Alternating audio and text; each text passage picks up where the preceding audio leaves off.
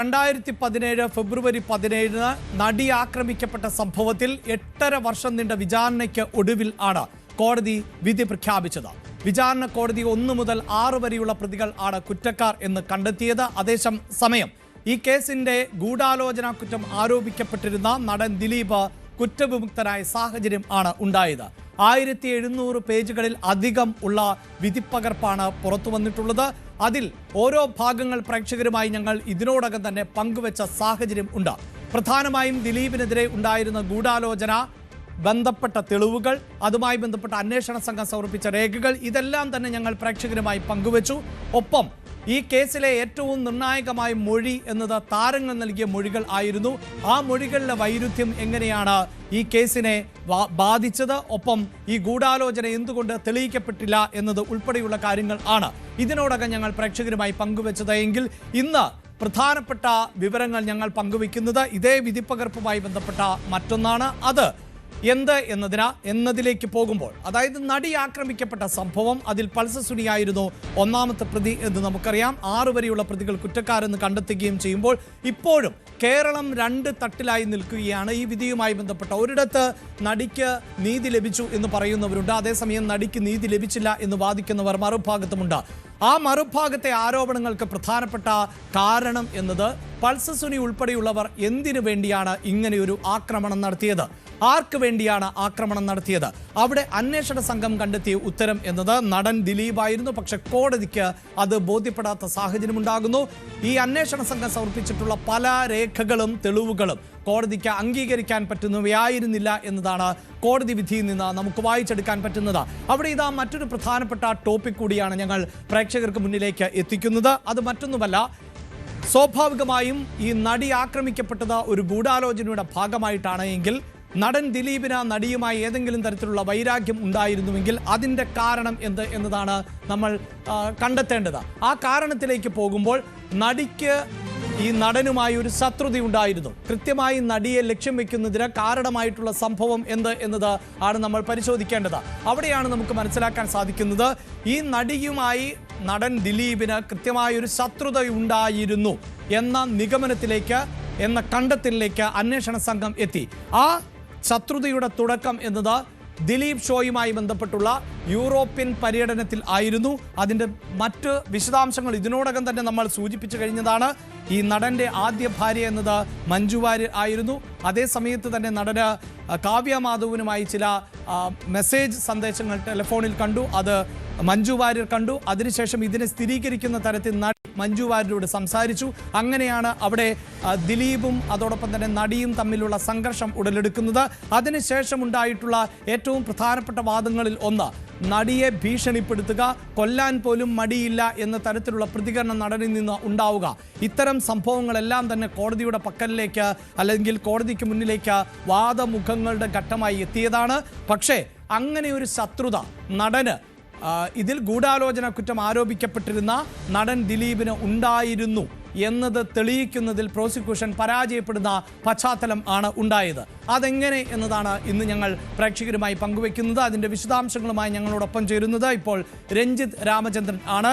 രഞ്ജിത്ത്, നമ്മൾ നേരത്തെയും വളരെ പ്രധാനപ്പെട്ട മൊഴികൾ ഏത് തരത്തിലാണ് ഈ കേസിനെ ബാധിച്ചത്, ഇപ്പോഴിതാ ഈ നടിയുമായി ബന്ധപ്പെട്ട വിഷയമുണ്ടാകുന്നതിൽ ഈ ഗൂഢാലോചനയ്ക്ക് നേതൃത്വം നൽകിയിട്ടുള്ള ദിലീപ് എന്ന ആരോപണമാണല്ലോ നിലനിൽക്കുന്നത്. അപ്പോൾ ദിലീപിന് കൃത്യമായൊരു ശത്രുത നടിയുമായി ഉണ്ടായിരുന്നു. ദിലീപിന്റെ ഭാഗത്ത് നിന്ന് ഭീഷണി അടക്കം ഉണ്ടായി. ഇത്തരം വാദങ്ങളിലേക്കാണ് പ്രോസിക്യൂഷൻ പോയത്. നമുക്ക് ആ വാദത്തിലേക്ക് പോകുന്നതിന് മുമ്പ് എന്തായിരുന്നു ഈ ഒരു പശ്ചാത്തലം, എവിടെ വെച്ച് എങ്ങനെ ഭീഷണിപ്പെടുത്തുന്നു, എന്ത് സംഭവിച്ചു എന്നുള്ളതാണ് പൊതുവെ വിലയിരുത്തപ്പെട്ടിരുന്നത്, അല്ലെങ്കിൽ പ്രചരിക്കപ്പെട്ടിരുന്നത്. അഭിലാഷ്, ഇവിടെ നമുക്ക് വളരെ കൃത്യമായി അറിയാം എന്താണ് ഈ നടിയെ ആക്രമിച്ച വിഷയവുമായി ബന്ധപ്പെട്ട മോട്ടീവ് എന്നുള്ളത് പ്രോസിക്യൂഷൻ തെളിയിക്കാൻ ശ്രമിച്ചത് എന്നുള്ളത് ഏറ്റവും പ്രധാനപ്പെട്ട ഒന്നാണ്. അത് ദിലീപിന് അതിജീവിതയോടുള്ള കടുത്ത ശത്രുതയായിരുന്നു എന്നുള്ളതാണ്. കാരണം നമ്മൾ നേരത്തെ കഴിഞ്ഞ ദിവസങ്ങളിലൊക്കെ പറഞ്ഞതുപോലെ മഞ്ജു വാര്യരുമായി ബന്ധപ്പെട്ട് കാവ്യമാധവൻ ദിലീപുമായി ബന്ധപ്പെട്ട് മഞ്ജു വാര്യർ കണ്ട ചില മെസ്സേജുകൾ, ആ മെസ്സേജുകൾ മഞ്ജുവിനോട് വളരെ കൃത്യമായി തന്നെ ആ ബന്ധവുമായി ബന്ധപ്പെട്ട കാര്യങ്ങൾ ഷെയർ ചെയ്ത് നടിയാണ് എന്നുള്ള വിവരം ദിലീപിന് ലഭിക്കുകയും തുടർന്ന് ദിലീപ് ഈ വിഷയവുമായി ബന്ധപ്പെട്ട് ഈ നടിയെ ഭീഷണിപ്പെടുത്തുകയും മറ്റും ചെയ്തു എന്നുള്ളതാണ് ഈ സംഭവത്തിന് പിന്നിലെ വളരെ പ്രധാനപ്പെട്ട കാര്യം എന്നാണ് പ്രോസിക്യൂഷൻ കോടതിയിൽ തെളിയിക്കാൻ ശ്രമിച്ചത് എന്നുള്ളതാണ്.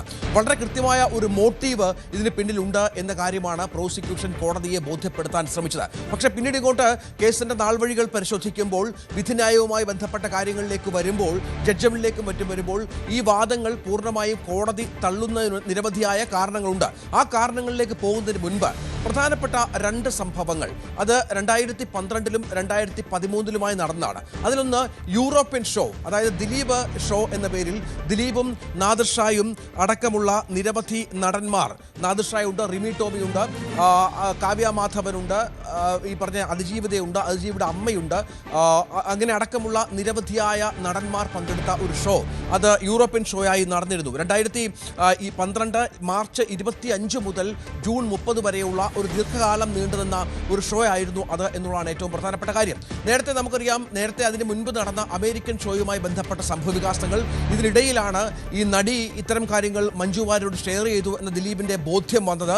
ഇതേ തുടർന്ന് ഈ യൂറോപ്യൻ ഷോയിൽ പോകാൻ നടി താല്പര്യപ്പെട്ടിരുന്നില്ല എന്നുള്ളതാണ് ഏറ്റവും പ്രധാനപ്പെട്ട കാര്യം. അത് ഒരു മൊഴിയായി തന്നെ കോടതിയുടെ മുന്നിൽ അവതരിപ്പിച്ചിരുന്നു. പക്ഷേ നേരത്തെ ഇതുമായി ബന്ധപ്പെട്ട ഒരു കമ്മിറ്റ്മെന്റ് ഉണ്ടായിരുന്നതുകൊണ്ട്, കരാറ് ഒപ്പുവെച്ചതുകൊണ്ട് മാത്രമാണ് നടി ഇതുമായി ബന്ധപ്പെട്ട് പോകാൻ തയ്യാറായത് എന്നുള്ളതാണ് ഏറ്റവും പ്രധാനപ്പെട്ട കാര്യം. അത് മാത്രമല്ല, ഈ ഷോയിലെ പ്രധാനികളായി ഉണ്ടായിരുന്നത് ദിലീപും നടിയുമായിരുന്നു എന്നുള്ളതും ഏറ്റവും പ്രധാനപ്പെട്ട കാര്യമാണ്. അതുകൊണ്ട് തന്നെ നടിക്ക് മാറി നിൽക്കുക എന്നുള്ളത് അസാധ്യമായതുകൊണ്ട് മാത്രമാണ് ഈ ഷോയിൽ അവർ പങ്കെടുത്തത് എന്നാണ് മൊഴിയായി പറഞ്ഞത്.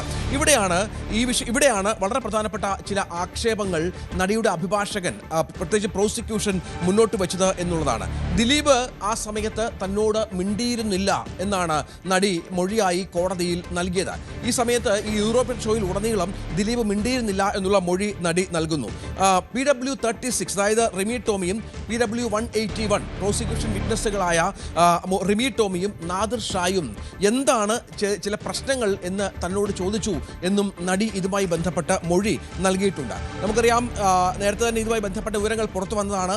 7 ഷോകളാണ് യൂറോപ്പിലുടനീളം ഇത്ര ദിവസങ്ങളിലായി ഈ താരങ്ങൾക്ക് ചെയ്തു തീർക്കേണ്ടിയുണ്ടായിരുന്നത്. ദീർഘമായ യാത്രകൾ വേണ്ടിവരും, നിരവധിയായ സമ്പർക്കങ്ങൾ വേണ്ടിവരുന്ന ഒരു ഷോയാണ്. സ്കിറ്റുകളുടെ പ്രാക്ടീസുകളും മറ്റും സ്വാഭാവികമായും ഉണ്ടാകും.